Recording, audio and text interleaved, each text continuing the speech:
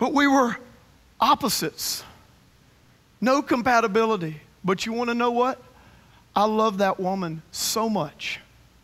Listen, our marriage is not perfect, but we have a great marriage.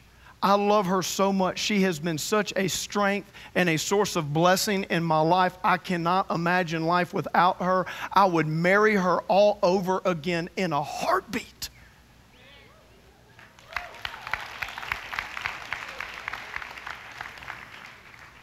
And here's why. Even though Carrie and I, even though we didn't have personal compatibility, you know what we had? We had spiritual chemistry. And a healthy, lasting marriage, it's not about personal compatibility. It's about spiritual chemistry. Or in other words, you could say it this way. Listen, spiritual chemistry is really the only compatibility that you need. So you're attracted to somebody, but look, attraction is an initiator, not a sustainer. So you're attracted to somebody, but you could be attracted to millions of people. Same thing with compatibility. You might be compatible with your wife, and y'all might have some common hobbies and interests, but you can be compatible with millions of people. The key is spiritual chemistry. In other words, the foundation of your relationship is that you both love God and that you both follow Jesus Christ. That you're not going to be unequally yoked. And because you both love God, now a spiritual chemistry can develop between you. Now let me kind of unpack this a little bit. Okay, what are you talking about, Stovall, like spiritual chemistry? What do you mean by that, okay? Both of you love God. You're both following Jesus.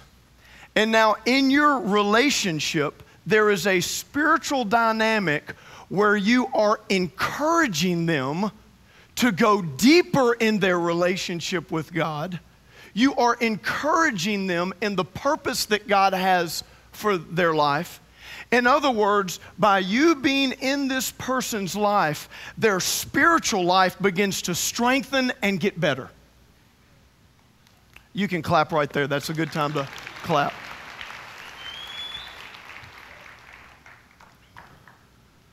And here's how you can know if this is going on, whether you're single or dating or married or maybe, just married. Or do you have spiritual chemistry with that person? Well, let me ask you this question. Are you helping that person become more attracted to Jesus? Or are you only helping that person become more attracted to your flesh?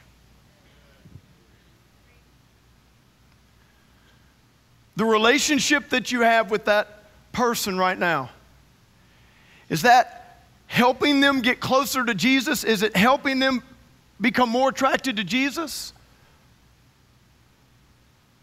Or is it only helping them become more attracted to your flesh?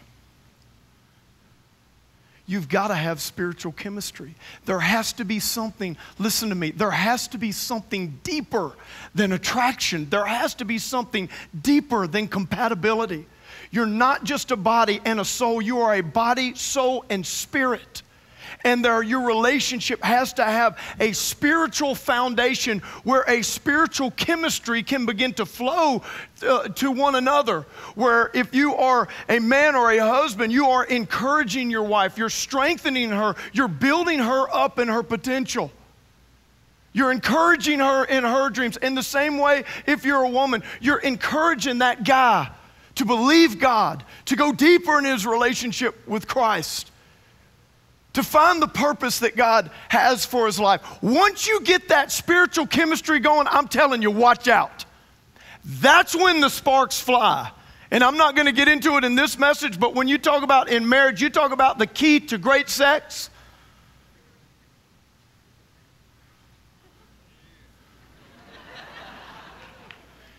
It is because you have to have spiritual chemistry to have a sustainable and growing attraction to one another. And unfortunately, in our modern day culture, It's just all about, man, it's all about the body. It's all about attraction. It's all about just being compatible. And that's all our culture does. It just pumps us full of this stuff with all of these shows and all of this media. And it's all about guys. And, it's just, you see these guys up there and they're showing off, man. They got a six-pack.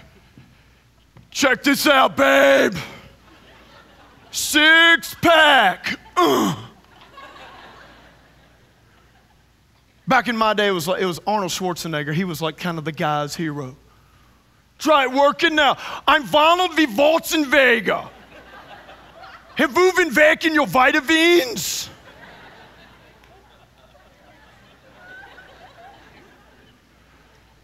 Show them your abs and your buys. Macho, man. Let me tell you something, girls. That six-pack, it's going to become a case one day. And that butt of his that you think so cute right now, oh, he's got such a cute butt, such a cute butt. So that cute butt's gonna become a cave butt. Six-pack's gonna become a case. That cute butt's gonna become a cave butt. He's gonna be walking around looking like this. That butt done gone. It's just a cave.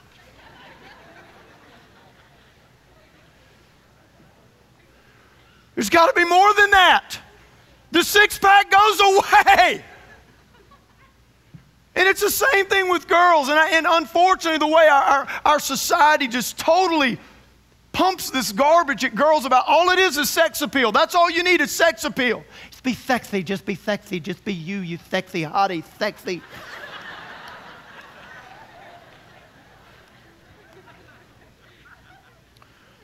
And what do? You buy into it, and you buy all your clothes from the B&B outlet. You know what the B&B outlet is, don't you? The boob and butt outlet. And all your clothes are designed to show off your boobs and your butt, and you just going up to guys like, mm-hmm.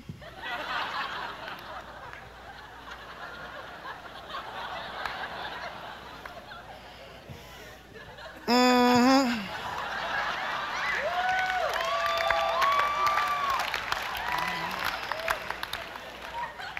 You want some of this? Holla!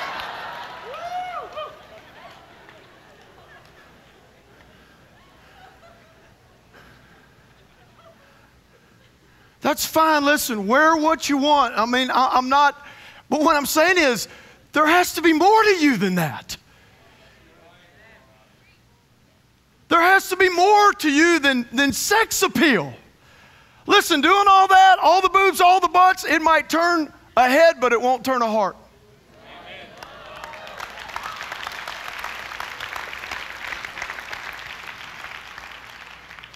And I tell you, instead of sex appeal, fine, have your sex appeal, but also get some respect appeal. Because the Bible says this, listen, the Bible says, wives, respect your husbands. How can you respect your husband if you can't respect yourself? Listen to me.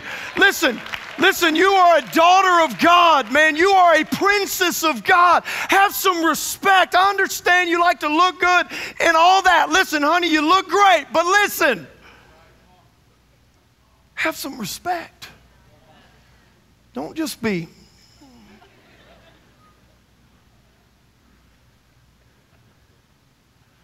There has to be more than that. There's got to be something deeper than that.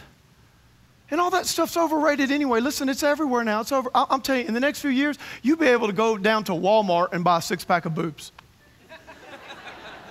I'm telling you. There's a size and shape for every occasion. Just go on down and get you a six-pack of them. That's the way our culture's going. In the future, I'm sure there won't just be drive-through Starbucks. There'll be like drive-through fat sucks, drive-through lipo. That's when the guys are going to get in on the deal right there. If we could just get it in the drive-through, you pull up, you say, hey, I'd like a couple of shots of Botox, like an arm flab suck and an earlobe reduction. I need it now and I need it quick. Let me ask you this. What's going to happen if that's all there is in your relationship? What's going to happen when that changes? What's going to happen when that person ages? Or God forbid, what if there's an accident?